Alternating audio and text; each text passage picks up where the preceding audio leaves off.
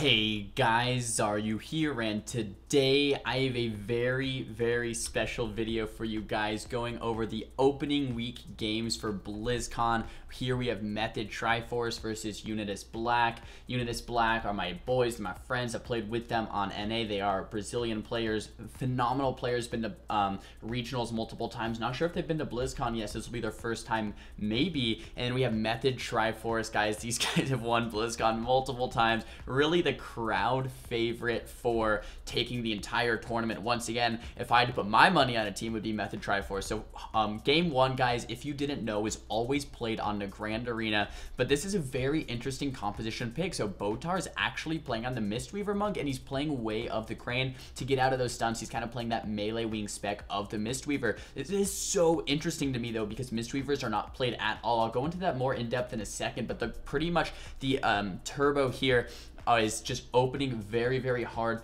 onto the Warlock of Shapus, right? Shapus gets completely owned from the get-go, and he uses that Fellord defensively. Has wall available if he needs. Barkskin from Rind did come out in that opener. Shapus is still holding onto that wall, but uses Gate. He's getting very low. That Paralyze comes out onto Rind, and this unrelenting pressure from the turbo is just not letting up. Shapus does get stunned. Very well played by Shapus, holding that wall cooldown.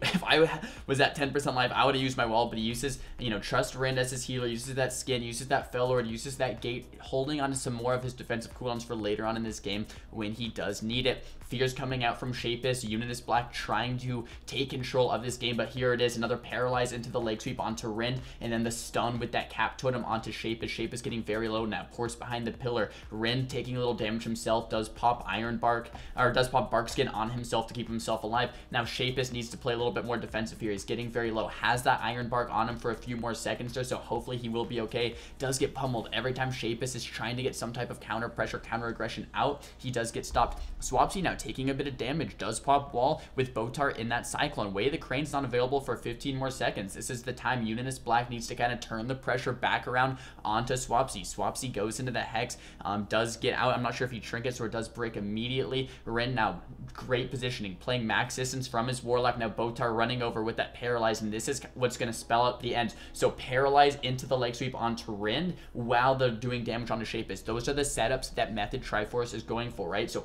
the CC onto the Druid while they're training down the Warlock. The Warlock's doing a great job though of using his ports, using his Fellords, using his Gates every time Rind goes into that CC. So Unitas Black is playing well defensively, but they can't really get anything offensively going. So let's see how long they can really survive that constant onslaught from Method Triforce. There, Shapus now does use his wall. Curse of Fragility coming out.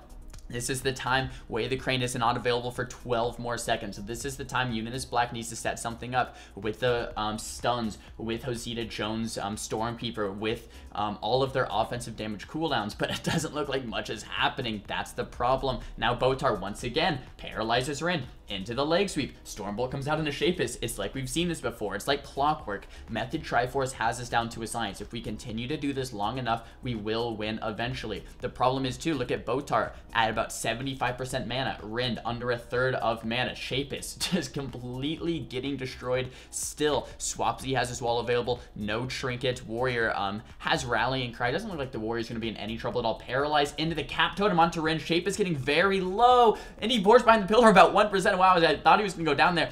Gate, an incredible job surviving by Shapus. Wow, I totally had him out for the count right there. Cannot believe he did survive. Trying to get some more damage out though, but I'm just scared. The more and more this happens, the more and more they're using defensive cooldowns like inefficiently, or the more Rind's mana pool goes down, the lower and lower they are in defensive cooldowns. It's just not going to go their way as Method Triforce keeps doing these types of setups. Now Shapus is taking a lot of damage. Fellord comes out and Iron Bark from Rind, so they overlapped a little bit defensively, but I'm not sure if they only used one or the other. If he would have survived, the overlap might have been necessary. The wall comes out from Shapus as well. So now next go, guys, they have nothing. Shapus has no Fellord. I don't think Gate's gonna be up yet. No Iron Bark from Rind. Rind's going out of mana, so this is very scary. If Unitas Black is gonna win this game, they're gonna have to pull something out and fast. full fear now comes out onto Rin. That wind shear onto Shapus. Shapus ports behind the pillar, but look how separate Rin and Shapus are right now. Shapus now coming back into line. That's wonderful positioning. Make sure he's not lining setting his Druid for too long. Artifact comes out from Rin,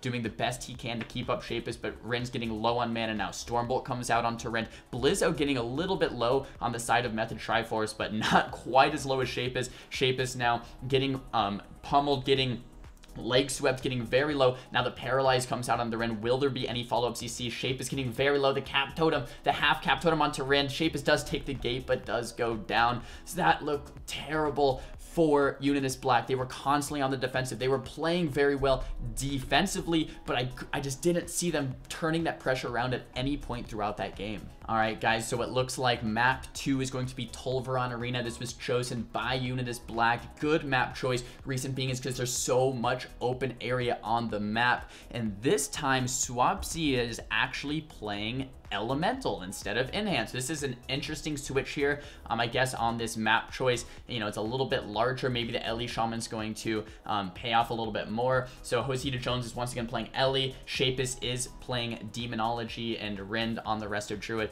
Botar, it's so surprising to me seeing Botar on the Mistweaver Monk. We don't really see that at all in the meta, but this game is just starting off very fast. Rind having to pop both Iron Bark and Barkskin and his artifact weapon. Shapus already gating, already using his wall. So many defensive cooldowns to use. Now Curse of Fragility coming out, Stormkeeper coming out. I'm interested to see how this match is going to go with the Ellie Shaman instead of the Enhance Shaman. Now Rind gets paralyzed up. Let's see if there's any follow-up CC. Doesn't look like it. The thing with Method Triforce, guys, is they don't need huge CC change. They just need like a paralyze into a stun, paralyze into a cap totem, you know, paralyze into leg sweep, something like that, and you're pretty much good to go. That's enough CC to make Shapus pretty much go 100 to 0 if you get enough of your burst damage out with that. So Shapus now playing nicely around the pillars, playing nicely around line of sight, but Botar's team is now putting more pressure onto Rind. If Rind's taking this much pressure, it's going to be very difficult for him to top. Shapus getting very low as well. Is he going to be able to survive? Trying to get the fear off, does get pummeled onto the fear. Hand of Gul'dan's coming up, Demonic Empowerment, Shadow Balls. This is what the team of Unitas Black needs. Josita Jones, though, every time he's trying to get some momentum rolling, he does get interrupted. Line of sighted, CC'd, micro CC'd here and there from Swapsy. Swapsy now with that Stormkeeper, so much damage coming out onto Shapus. That artifact weapon with those instant lightning bolts, the instant chain lightnings is what really shines from Elemental Shamans, right? That's just so much instant cast burst. I've played a little bit of Ellie Shaman myself, and it's just so fun seeing your whole screen light up with chain lightnings and lightning bolts. That's really what we want to see. Now the Thunderstorm coming out from Josita Jones, knocking everyone away. Both Shamans still have wall available. Shapus is the one, once again, that's been in trouble and is going to be in trouble for the remainder of this match. And Botar sitting at about 85% mana and Rind at about 80%. So mana pools are a little more even in this game. I'm really interested to see why Method Triforce actually chose the Ellie Shaman. Maybe it's, you know, they had to choose first. Maybe they thought Ellie Shaman is a more well-rounded matchup. So if Unitas Black decided to change their composition, they would have a better shot. But regardless, it looks like it's working out. Swapsy, though, getting very low, does hold his wall.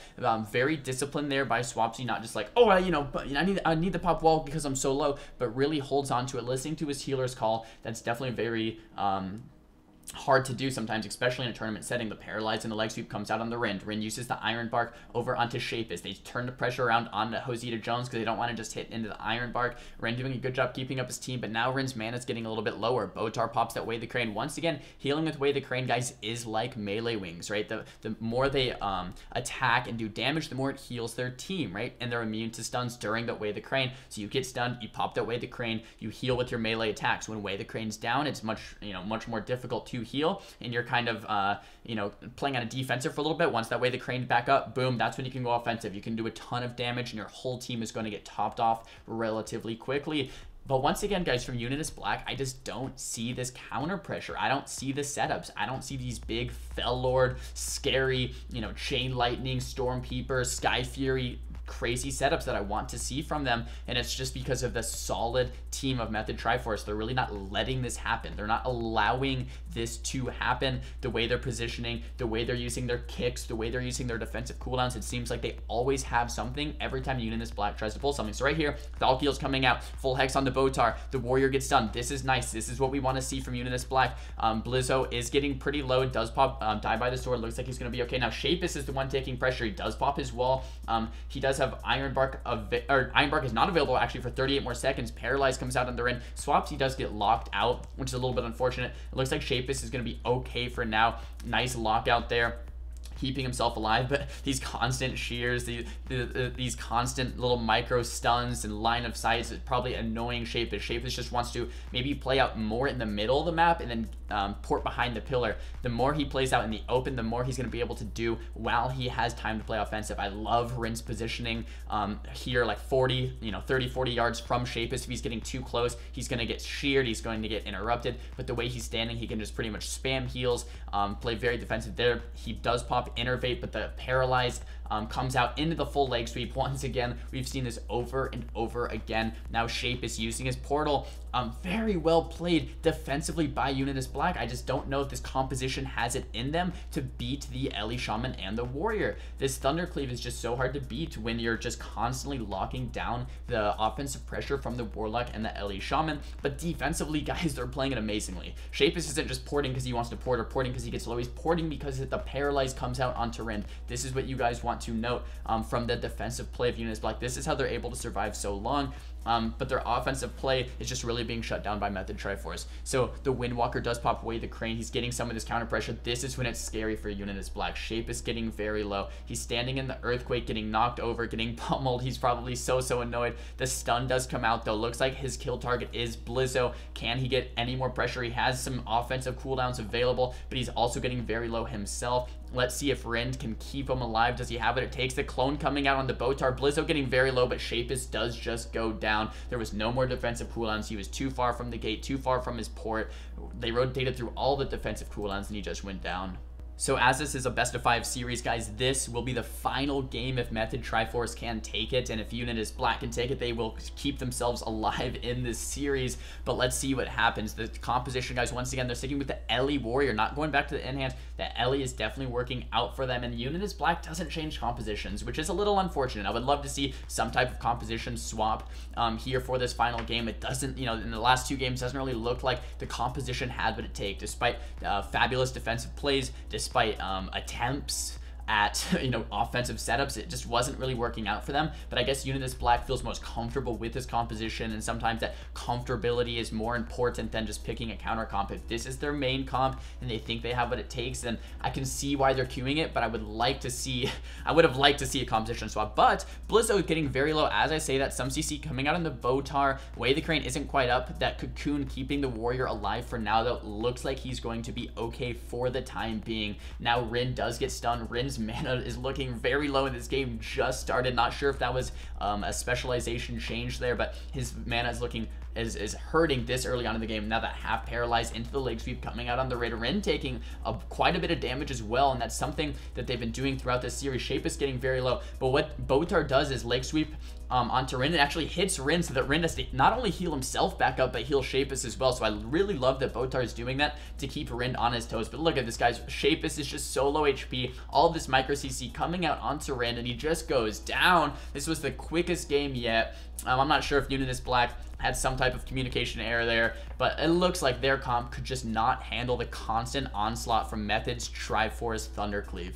Guys, if you enjoyed these games, make sure to thumbs the video up. If you want to watch more, they are broadcasted on twitch.tv/Warcraft. All the VODs are there if you guys want to check it out. And these are all the games for opening week of BlizzCon, so the World Championships for World of Warcraft. So really exciting stuff. So make sure to tune in and follow along, guys. Thumbs the video down if you didn't like it. Talk to me in the comments below about what you guys want to see for next time. Any specific matchups from the tournaments over the weekend, let me know. I could commentate over your favorite teams, and I'll definitely be reading the comments. Don't forget to subscribe. I'll see you guys next time.